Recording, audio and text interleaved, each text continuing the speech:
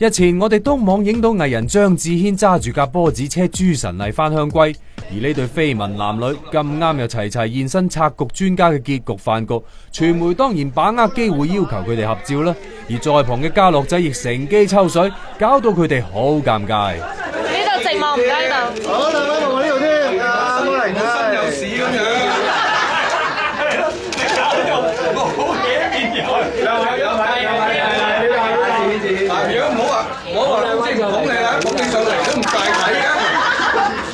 我哋只不過係公司喺公司咁一齊出發，翻去公司咁然後佢又順路車埋我，咁簡單啫，即係唔好下下都好似有嘢咁樣咯。咁如果次次都咁樣嘅話，我冇晒朋友㗎啦，其實。同埋我都知道Russell 屋企即係你有老婆嘛？有老婆。係咯。係真嘅。好奇怪其實，咁唔好影響到人哋咯。你可以寫我嘅，好解釋下。唔使解釋，唔係真嘅點解釋啊？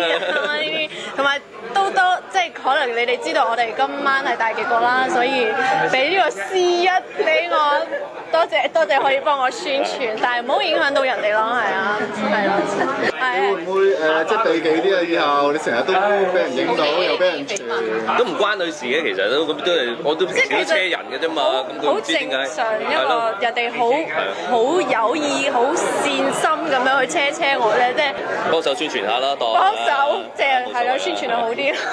今日大結局係嘛？